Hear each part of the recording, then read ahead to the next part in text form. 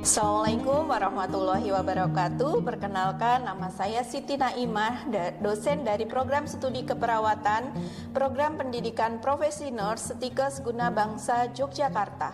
Nomor NIDN saya adalah 0503049001. Selain menjadi dosen di Program Pendidikan Profesi Nurse, saya juga mengajar di Program Studi Keperawatan, Program Sarjana. Mata kuliah yang saya ajarkan tentunya sesuai dengan bidang keilmuan saya, yaitu bidang keperawatan.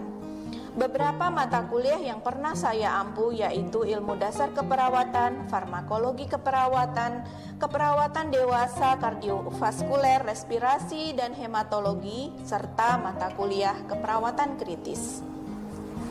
Pada kesempatan kali ini, saya akan menjelaskan teknik pengajaran pada mata kuliah yang saya ampu, yaitu di semester 7, yaitu pada mata kuliah keperawatan kritis dengan metode DIA, yaitu Delivery, Interaktif, dan Assessment. Sebelum saya menjelaskan lebih lanjut, terlebih dahulu saya akan menjelaskan mengenai deskripsi singkat dari mata kuliah keperawatan kritis. Mata kuliah keperawatan kritis yaitu merupakan mata kuliah wajib. Mata kuliah ini membahas tentang konsep dan perencanaan asuhan keperawatan yang etik, legal, dan peka budaya pada klien yang mengalami kondisi kritis dan mengancam kehidupan. Perencanaan asuhan keperawatan dikembangkan sedemikian rupa sehingga diharapkan mampu mencegah atau mengurangi kematian serta kecacatan yang mungkin terjadi pada pasien. Proses pembelajaran dilakukan melalui ceramah dan diskusi, kuliah pakar, small group discussion, belajar berdasarkan masalah, collaborative learning, praktek laboratorium, serta berbagai metode pembelajaran dalam bentuk pemecahan kasus. Mata kuliah keperawatan kritis ini memiliki bobot 3 SKS dengan jumlah pertemuan 14 kali untuk pertemuan teori serta 7 kali pertemuan praktikum, dengan jumlah pertemuan sebanyak 1 kali seminggu serta disampaikan dalam bentuk kuliah dan praktek. Dengan mengikuti mata kuliah ini, mahasiswa diharapkan mampu menguasai capaian pembelajaran sebagai berikut. Yang pertama, mahasiswa mampu menjelaskan kembali dan memahami konsep dasar dan ruang lingkup keperawatan kritis. Yang kedua, mahasiswa mampu menjelaskan kembali tentang tren dan isu end of life dalam keperawatan kritis. Yang ketiga, yaitu mahasiswa mampu menganalisis serta mampu memahami peran dan fungsi perawat, fungsi advokasi pada kasus kritis yang terkait dalam berbagai sistem. Selanjutnya, mahasiswa diharapkan mampu menganalisis serta melakukan simulasi pada asuhan keperawatan kritis pada berbagai sistem tubuh. Untuk mencapai kompetensi tersebut, mahasiswa akan diberikan bahan kajian atau topik-topik yang akan dibahas selama 14 kali pertemuan, baik dengan media online ataupun media offline, dan tatap muka di laboratorium serta perkuliahan kelas. Setelah saya menjelaskan gambaran umum mata kuliah keperawatan kritis, selanjutnya saya akan menjelaskan tentang teknik pembelajaran yang digunakan untuk proses perkuliahan. Saya menggunakan teknik pembelajaran DIA, yaitu yang pertama delivery.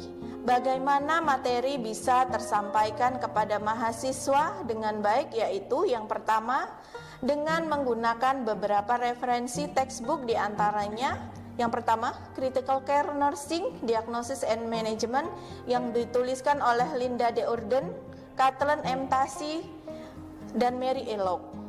Serta mahasiswa juga diharapkan mampu mencari jurnal-jurnal penelitian yang terkait dengan berbagai kasus kritis pada pasien. Selain itu, saya telah menyusun modul pembelajaran dan modul praktikum sebagai panduan untuk pelaksanaan perkuliahan pada mata kuliah keperawatan kritis. Yang kedua, dengan menggunakan case method, yaitu dengan memberikan contoh-contoh kasus terkait dengan pasien-pasien kritis, misalnya pasien-pasien dengan gagal nafas, gagal jantung, maupun pasien-pasien dengan gagal multi organ, untuk kemudian didiskusikan dan dipresentasikan oleh mahasiswa. Penerapan metode ini akan membantu mahasiswa mengasah dan meningkatkan keterampilan dalam berpikir kritis untuk memecahkan permasalahan, kemampuan berkomunikasi, berkolaborasi, serta kreativitas. Teknik yang kedua yaitu interaction. Interaksi dengan mahasiswa saya lakukan pada saat perkuliahan, baik daring maupun luring, dengan menggunakan beberapa media, diantaranya adalah yang pertama yaitu dengan menggunakan Zoom Meeting maupun Google Meet untuk mendukung pembelajaran sinkronus. Kedua, dengan menggunakan Google Classroom. Google Classroom ini kami gunakan untuk men-share materi-materi baik itu RPS, kontrak perkuliahan, rencana tugas mahasiswa maupun materi perkuliahan, serta di dalamnya terdapat kolom diskusi untuk meningkatkan kegiatan pembelajaran asinkronus. Semua tugas-tugas mahasiswa wajib diupload ke dalam Google Classroom. Yang ketiga yaitu WhatsApp Group. WhatsApp Group ini kami gunakan untuk berdiskusi dan berkomunikasi terkait materi-materi keperawatan kritis yang sudah pernah diajarkan, ataupun untuk berdiskusi terkait kendala yang dihadapi selama perkuliahan mata kuliah keperawatan kritis.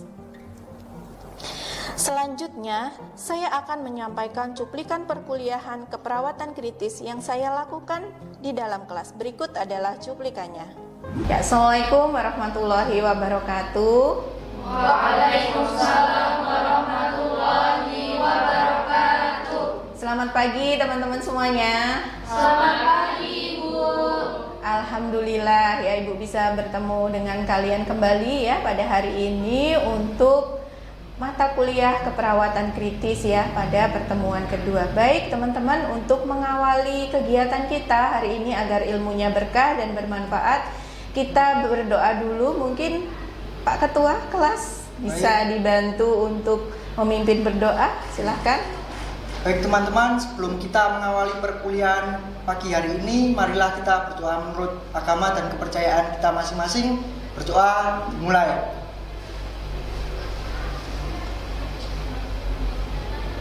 Selesai.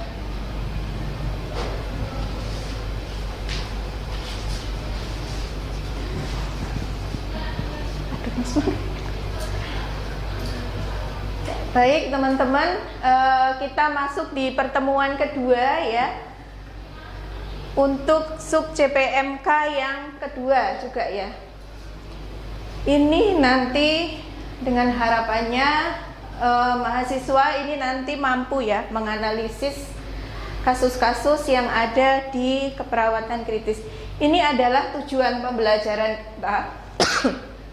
Yang pertama adalah mahasiswa mampu menjelaskan ya konsep dari end of life pada pasien. Terus yang kedua, mahasiswa itu mampu mengidentifikasi masalah baik fisik, psikologis maupun juga sosial dan budaya. Selanjutnya teman-teman silahkan keluarkan handphonenya.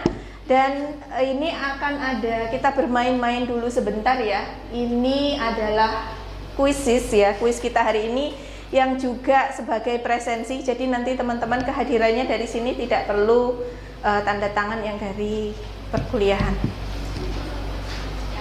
Teman-teman silahkan pelajari dulu kasusnya, mungkin bisa dibaca tentang kasusnya. Silahkan, sudah mungkin ada yang mau memberikan pendapatnya. Silahkan tunjuk tangan. Ya, silahkan Mbak. Saya izin menjawab ya, Bu ya. Terkait kasus di atas, di depan, di sini saya tidak setuju karena dari kasus itu keluarga belum siap dalam secara emosional dan spiritualnya. Maka dari itu dalam kasus kan anak bungsu sebagai pengambil keputusan, masih belum siap menerima kenyataan dan membutuhkan waktu untuk memahami kondisi ibunya. Sehingga dalam menyetujui DNA tanpa kesiapan psikologis dapat menimbulkan rasa bersalah dan juga konflik batin di kemudian hari. Baik, ada yang mau menambahkan atau mungkin kontra dengan pendapatnya Mbak Mahfiroh tadi?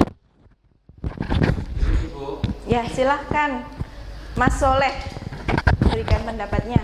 Baik Ibu, kalau menurut saya sendiri itu setuju terhadap keputusan anak bungsu tersebut, Bu. Yang Kenapa? dimana karena menghormati otonomi pasien dan keluarga, yang dimana keluarga itu memiliki hak untuk dilibatkan dalam pengambilan keputusan akhir kehidupan, Ibu. Oke, bagus sekali ya jawabannya. Ada yang mau menambahkan lagi? Ya, silakan.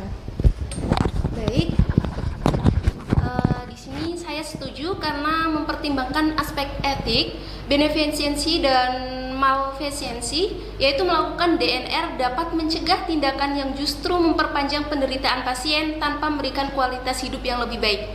Tindakan CPR pada pasien terminal seringkali hanya menimbulkan trauma fisik tambahan dan tidak memperbaiki kondisi klinis. Baik, seperti Ya, itu Ibu. bagus sekali ya pendapatnya. Dua-duanya atau tiga-tiganya ini benar ya. Semua ada dasarnya gitu ya. Kenapa tidak setuju dan mengapa setuju gitu ya. Nah, tadi kenapa kok setuju bahwa ini adalah tindakan yang sepertinya tidak etis gitu ya, bahwa tidak boleh di NR gitu ya. Baik teman-teman, coba kita lihat dulu pada materinya.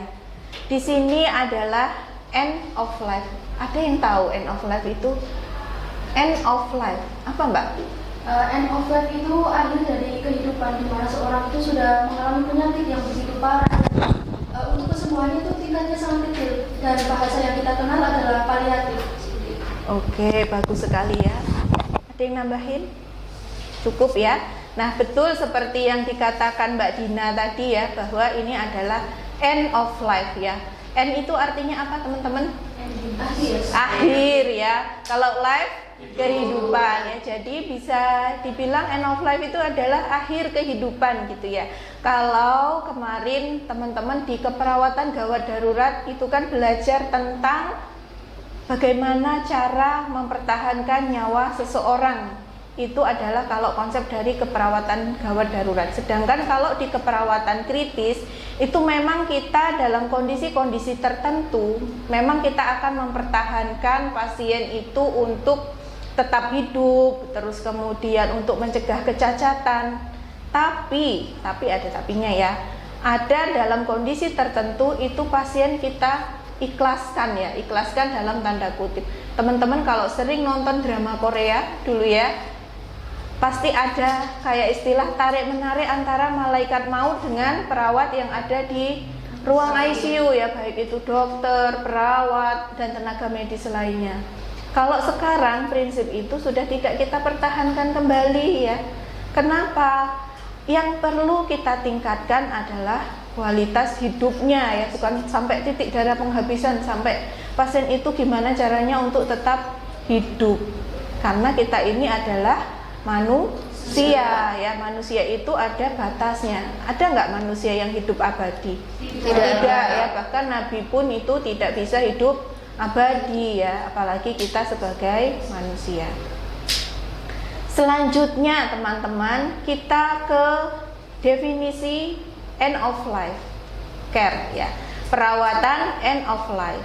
Dari sini kita bisa melihat ya bahwa end of life care ini adalah suatu tindakan yang membantu untuk meningkatkan kualitas hidup atau kenyamanan seseorang itu di akhir kehidupannya. Teman-teman ada nggak di sini yang sudah pernah menyaksikan akhir kehidupan? Sakaratul sudah. Mungkin bisa diceritain Mbak, gimana Mbak? Baik, untuk dengan pengalaman orang dengan end of life ini, saya menemukan ketika saya ber-PKL di sebuah rumah sakit di mana saya menemukan pasien dia itu hanya bergantung dengan ventilatornya. Jadi memang dari keluarga ini masih ingin mempertahankan. Setelah kita menunggu selama 4 hari kurang lebih, akhirnya pasien berpulang kepada Yang Maha Kuasa. bagus ya. Ada yang mungkin bagus sekali pengalamannya Mbak Dina, atau ada yang pernah mendampingi keluarga mentalkin gitu ya.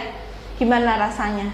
Saya Iya, boleh. pernah saya mendampingi almarhum ayah saya di saat kondisi kritis seperti itu, terus kemudian karena keputusan sudah selesai dan dokter juga menyatakan kalau itu hanya untuk harapan hidupnya sedikit karena ayah dunia, kemudian kita putuskan ya sudah dipasang semuanya. Baik, teman-teman, sepertinya beberapa dari kalian sudah pernah ya mendampingi pasien dalam kondisi yang end of life ya, baik itu kita sebagai keluarga maupun sebagai nantinya sebagai tenaga profesional gitu ya.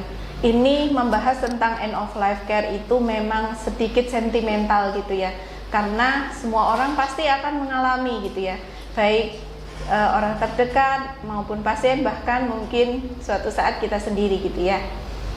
Oke teman-teman, untuk definisi lain ini nanti bisa teman-teman baca sendiri ya, karena pada intinya definisi end of life care ini adalah perawatan pada akhir hayat ya, yang dimana untuk meningkatkan kualitas hidupnya.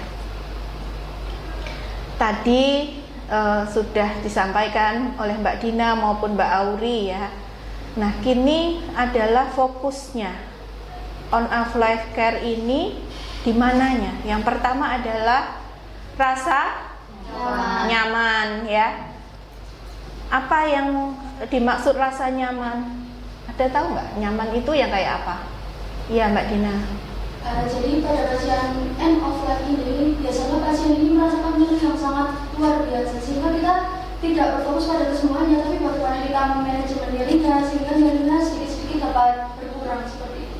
Oke, betul ya teman-teman, end of life care itu hampir semua ya pasien end of life itu merasakan nyeri, nggak peduli sakitnya apa. Kalaupun tidak nyeri, biasanya juga sesak nafas ya. Kita ambil contoh kalau pada kasus tadi ya, pasien itu ada penurunan kesadaran, terus kemudian ada sesak nafasnya dengan bantuan ventilator.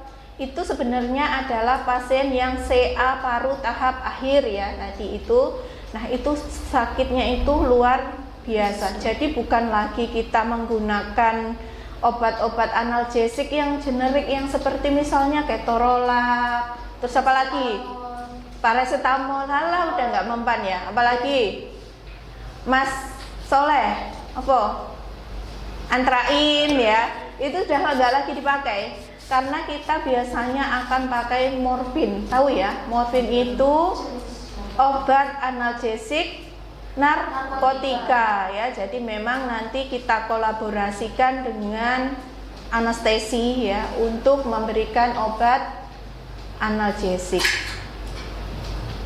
Selanjutnya adalah menghormati martabat pasien atau apanya ya, marwahnya ya. Terus kemudian adalah mendukung proses alami ya.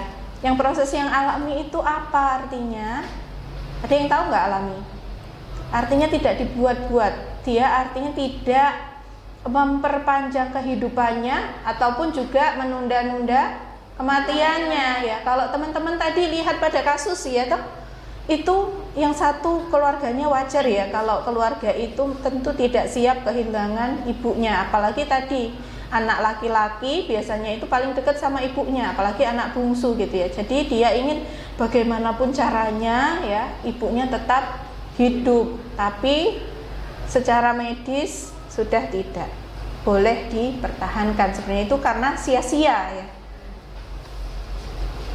Selanjutnya apa sih pentingnya perawatan end of life care di ICU?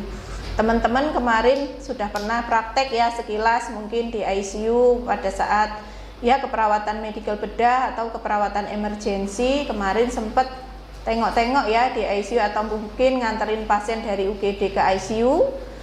Hampir semuanya penurunan kesadaran ya teman-teman ya. Iya. Nah di situ biasanya kenapa sih kok kita penting banget untuk merawat pasien yang di end of life ini ya? Hampir 50-50 ya, pasien yang masuk ICU itu cuma ada 2 pilihan ya, pulang ke bangsal atau pulang ke rahmatullah, ya toh, pulang ke rahmatullah. Nggak boleh pasien kok dari ICU itu langsung pulang ke rumah, nggak bisa ya. Ini adalah teori peaceful end of life. Apa sih peaceful end of life? Peaceful artinya tenang. Terus apa lagi? Damai. Ya toh teman-teman. Nah, atau kalau bahasa paliatifnya itu dignity. Bahasa orang muslimnya itu husnul khotimah ya. Tahu ya teman-teman, husnul khotimah itu apa? Akhir kehidupan yang baik ya. Baik, yang pertama kriterianya itu adalah tidak lagi merasakan nyeri ya. Tadi udah Ibu sampaikan, bisa dengan pemberian morfin ataupun teknik non farmakologi gitu ya, dengan dielus-elus gitu ya, dimasas gitu ya. Terus kemudian jangan sampai pasien merasa tidak nyaman, experience discomfort gitu ya. Jangan sampai pasien merasakan tidak nyaman ya. Jadi baik itu fisik maupun psikologisnya ya. Terus kemudian mengalami dignity ya, bermartabat tadi ya, husnul khotimah. Terus closeness to significant with other ya. Artinya merasa dekat satu sama lain ya. Misalnya nanti satu sama lain itu bukan sesama pasien loh ya, tapi dengan anak cucunya nantinya ya.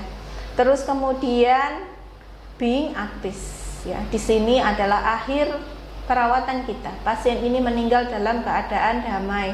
Misalnya dia sudah kita tahu udah sakaratul maut gitu ya, maka kita bisa membantu keluarga, Bu silahkan untuk ditalkinkan kalau misalnya dia muslim. Kalau misalnya dia non muslim gitu ya, sesuai dengan agamanya masing-masing dituntun gitu ya. Selanjutnya adalah prinsip-prinsip end of life. Apa saja? Yang pertama tadi ya, menghargai kehidupan. Terus kemudian hak untuk mengetahui dan memilih ya. Jadi pasien itu boleh milih ya. Misalnya tadi pasien yang CA paru gitu ya, dia boleh milih untuk dilanjutkan kemoterapi ataupun menolak ya.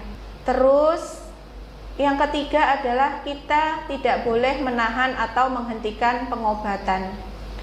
Ini berkaitan dengan poin 2 tadi ya. Nggak boleh menahan itu artinya kalau pasien masih pengen kemo gitu ya, berdasarkan keyakinannya saya pengen sembuh, saya pengen kembali ke Tuhan, saya itu dalam keadaan utuh ya badannya.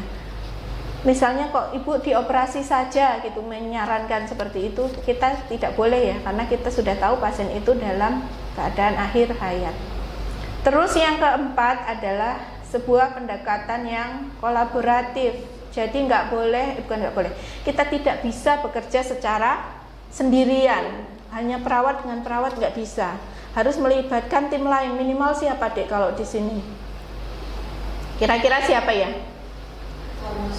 Farmasi sudah pasti, terus dokter sudah pasti, radiologi bisa jadi, lab. Terus yang ngasih makanannya gizi ya. Pasien end of life itu makanannya sudah berbeda dengan pasien-pasien yang akan kita pertahankan kehidupannya, beda. Kalau misalnya pasien itu kan nggak boleh ya makan mie instan, mie ayam seperti itu. Tapi kalau pasien end of life, selama dia mau, misalnya saya pengen sekali makan mie instan ya, karena saya setelah terkena CA itu nggak boleh lagi makan mie instan. Dia pengen merasakan itu di akhir kehidupannya, boleh ya, boleh. Asal tidak mengganggu pasien yang lainnya. Baik. Selanjutnya ini adalah prinsip etik ya dalam pengambilan keputusan. Yang pertama ada otonomi ya.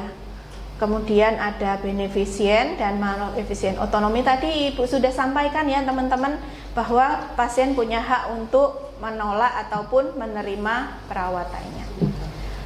Baik, sebelum kita akhiri ya Ibu mau evaluasi sebentar ya. Apa